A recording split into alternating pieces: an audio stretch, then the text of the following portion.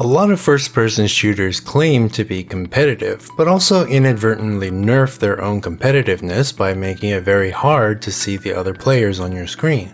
Anytime I try a new FPS game and all I can see is gray everywhere and I'm getting killed by shadows in the darkness, I can't help but think that there's a really obvious trick that could vastly improve the visibility of any so-called competitive game. And to understand this trick, we of course need to start by talking about Team Fortress 2.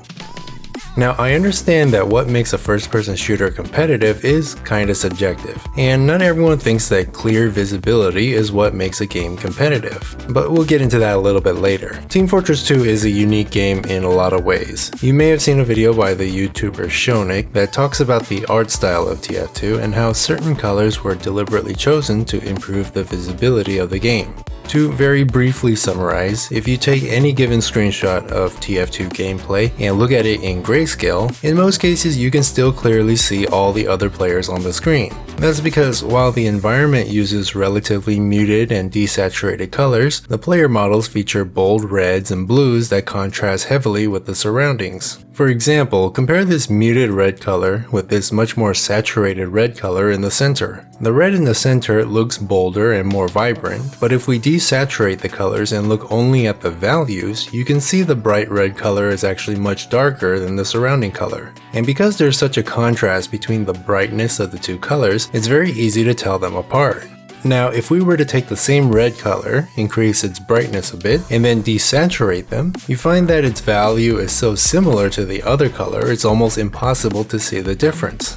The problem a lot of FPS games have with visibility is not that everything is gray or muted, but rather that the brightness of all the colors is too similar. Take Overwatch as an example. This game has a lot of bold, vibrant colors both in the character designs and in the environments as well. And while Overwatch is undoubtedly a good-looking game, the fact that everything, including maps, characters, and abilities, all feature bright, bold colors means that it can be extremely hard, especially for newcomers, to tell the difference between a wall, a shield, and a McCree. In fact, that's probably why all the character models have brightly colored outlines so that it's easier to see them, because otherwise they would all just kind of blend into each other. On the other hand, TF2 has no need for such visual aids because it's so easy to see the other players based purely on their silhouettes and the color of their clothes. But that's not the only way a game can improve its visibility. Because of the way light receptors in our eyes work, certain colors like red, yellow, and green are inherently more visible to humans than others. That's why you see so many red traffic cones and neon green safety vests, because they're very easy to see.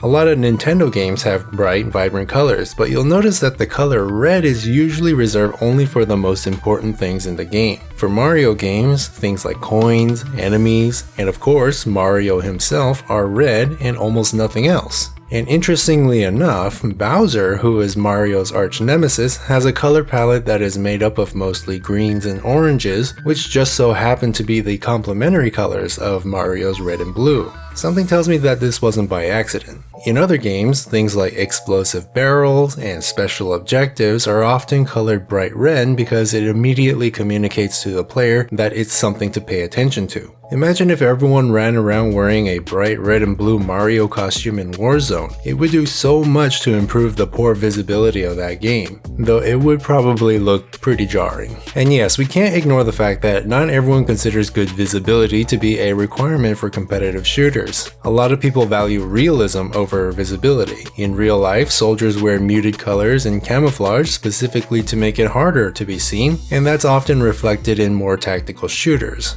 I'm sure there are people who argue that learning to distinguish enemies from their surroundings is part of the skill of tactical shooters.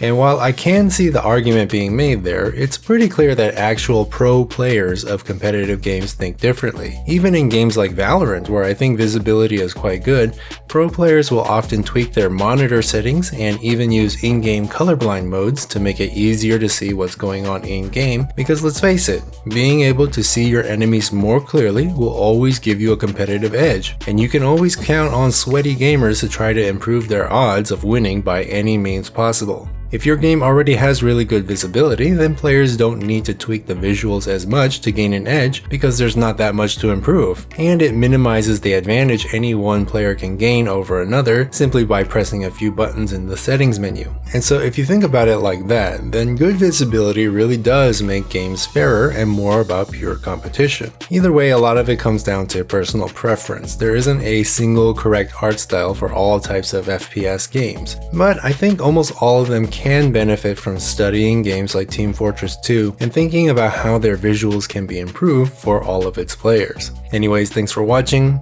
Like, subscribe, bell, follow me on Twitter, join the Discord, and as always, have a nice day.